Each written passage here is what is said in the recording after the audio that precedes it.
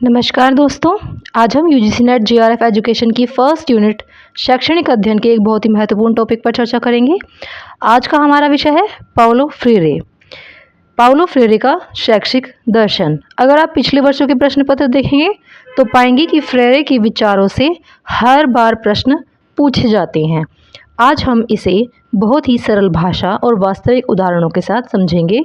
तो चलिए शुरू करते हैं। पाउलो फ्रीरे एक क्रांतिकारी ब्राज़ीलियाई शिक्षाविद और दार्शनिक थे, जिनका कार्य विशेष रूप से शिक्षा के माध्यम से मुक्ति पर केंद्रित रहा। यूजीसी नेट जेआरएफ शिक्षा शास्त्र की पहली इकाई उनके शैक्षणिक दर्शन के महत्वपूर्ण बिंदु जो हैं यहाँ हैं। आइए देखते हैं।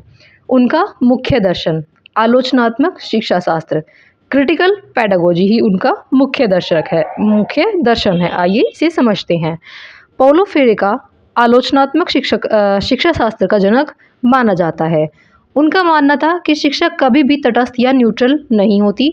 यह या तो लोगों को मौजूदा व्यवस्था के अनुरूप बनाने का साधन होती है या मुक्ति का अभ्यास बनती है। देखिए, पाउलो फ्रीरे की जो है एक फेमस बुक है pedagogy of the oppressed, pedagogy of the oppressed।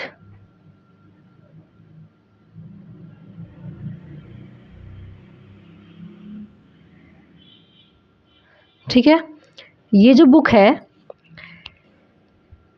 इसमें उन्होंने बताया है कि शिक्षा केवल अक्षर ज्ञान नहीं है, बल्कि यह इंसान को आज़ाद करने का एक ज़रिया है।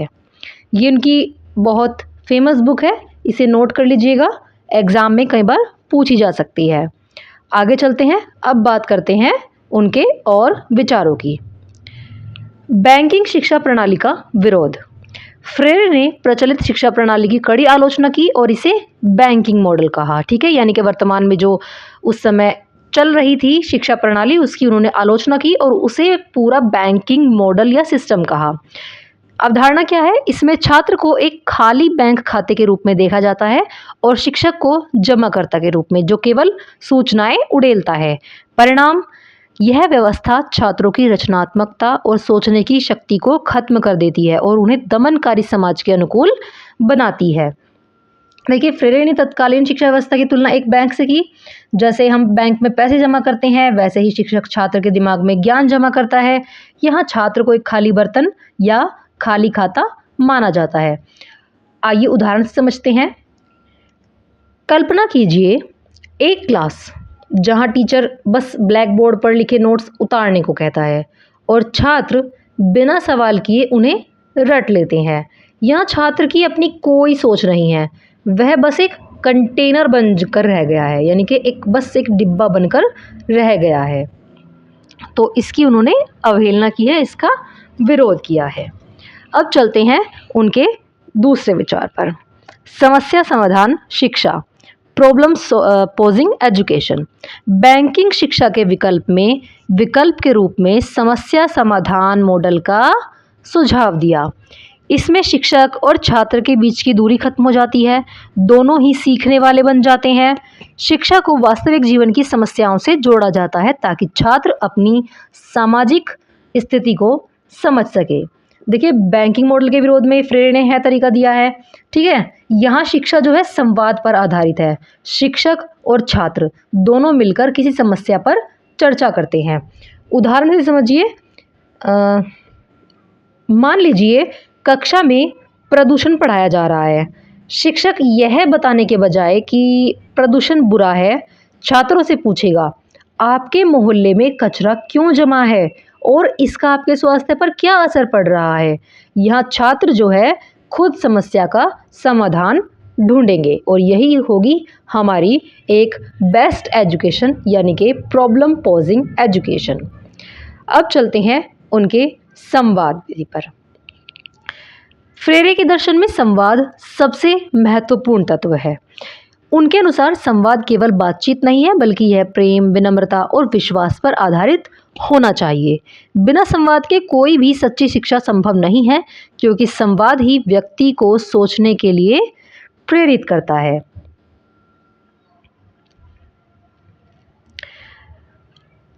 अगला है प्रैक्सिस। प्रैक्सिस क्रिया और चिंतन।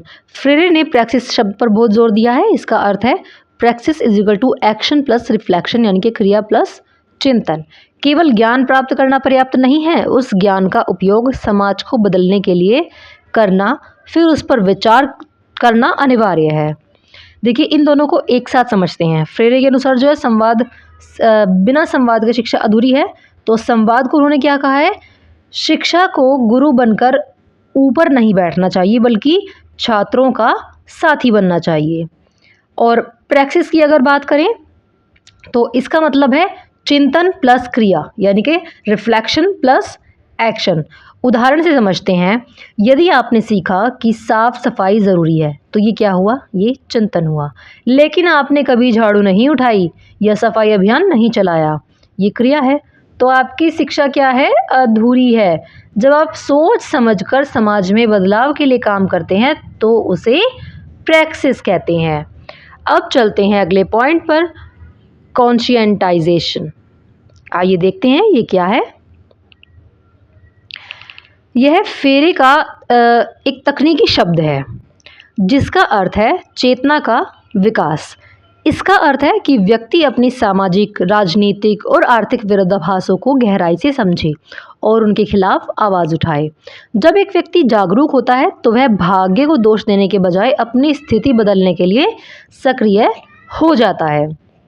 देखिए, यह शब्द आपको थोड़ा कठिन लग सकता है, पर इसका अर्थ बहुत सरल है, अपनी स्थिति के प्रति जागरूक होना। कॉन्शियंटाइजेशन का मतलब है अपनी स्थिति के प्रति जागरूक होना। आइए उदाहरण से समझते हैं। देखिए, एक गरीब किसान को लगता है कि उसकी गरीबी भगवान की मर्जी है, लेकिन शिक्षा के माध्यम से जब वह यह समझने लगता है कि उसकी गरीबी का कारण गलत सरकारी नीतियाँ या जमींदारी प्रथा है, तो इसे कॉन्शियंटाइजेशन कहेंगे। वह जागरूक होकर अपने हक के लिए खड़ा होता है। अब चलते हैं उनकी इम्पोर्टेंट बुक्स पर। सबसे पहली, जो मैं आपको पहले भी बता चुकी हूँ, पेडागोजी ऑफ द ओप्रेस्ड 1968 में आई थी। यह उनकी सबसे प्रसिद्ध पुस्तक है। दूसरी है एजुकेशन फॉर क्रिटिकल कॉन्शियसनेस। तीसरी है the politics of education and fourth है पेडागोजी ऑफ होप। चारों ही बहुत इंपॉर्टेंट है, कई बार डायरेक्ट क्वेश्चन भी आ जाता है, तो इसे आप नोट कर लीजिएगा। वैसे आपके लिए सारे नोट्स ही पूरे इंपॉर्टेंट है, आप पूरे नोट्स जो हैं बना सकते हैं। देखिए, फ्रेरे का मानना था कि शिक्षा ऐसी होनी चाहिए जो दबे कुचले लोगों को उनकी आवाज़ दे सके। उन्होंने कहा था शोषितों को अपनी मुक्ति के लिए खुद संघर्ष करना होगा। शिक्षा का उद्देश्य केवल नौकरी पाना नहीं है, बल्कि मानवीयकरण यानी कि ह्यूमनाइजेशन होना चाहिए। यही उन्होंने अपनी इन बुक्स में भी बताया हुआ है। अब चलते हैं पोलो फ्रेरे के अनुसार शिक्षक की भूमिका पर। शिक्षक एक तानाशाह नहीं, बल्कि एक सुविधा प्रदाता यानी कि फैसिलिटेटर होना चाहिए। उसे छात्रों के साथ मिलकर ज्ञान का निर्माण करना चाहिए, न कि केवल ज्ञान देना। अब आते हैं निष्कर्ष पर। पोलो फ्रेरे का दर्शन शोषितों की शिक्षा पर आधारित है। वे शिक्षा को केवल साक्षरता तक सीमित नहीं रखते थे, बल्कि इसे संसार को पढ़ने और उसे बदलने के एक हथियार के रूप में देखते थे। याद रखने योग्य शब्द हैं बैंकिंग मॉडल, समस्या समाधान, संवाद, प्रैक्टिस और शोषितों का शिक्षा शास्त्र। तो दोस्तों, आज हमने पोलो फ्रेरे के मुख्य सिद्धांतों को समझा। बैंकिंग मॉडल, जिसे हमें छोड़ना है, समस्या समाधान शिक्षा, जिसे हमें अपनाना है, प्रैक्टिस, सोच और काम का मेल, और संवाद है टीचर और स्टूडेंट के बीच की बराबरी। उम्मीद है ये वीडियो आपकी नेट जेआरएफ की तैयारी में मददगार साबित होगी। अगर आपको ये नोट्स अच्छे लगे हों, वीडियो अच्छी लगी हो, तो वीडियो को लाइक करें, अपने साथी स्टूडेंट्स के साथ शेयर करें। अगले वीडियो में हम एक और नए दार्शनिक के बारे में बात करेंगे। तब तक के लिए keep learning, keep growing, grow with Garima.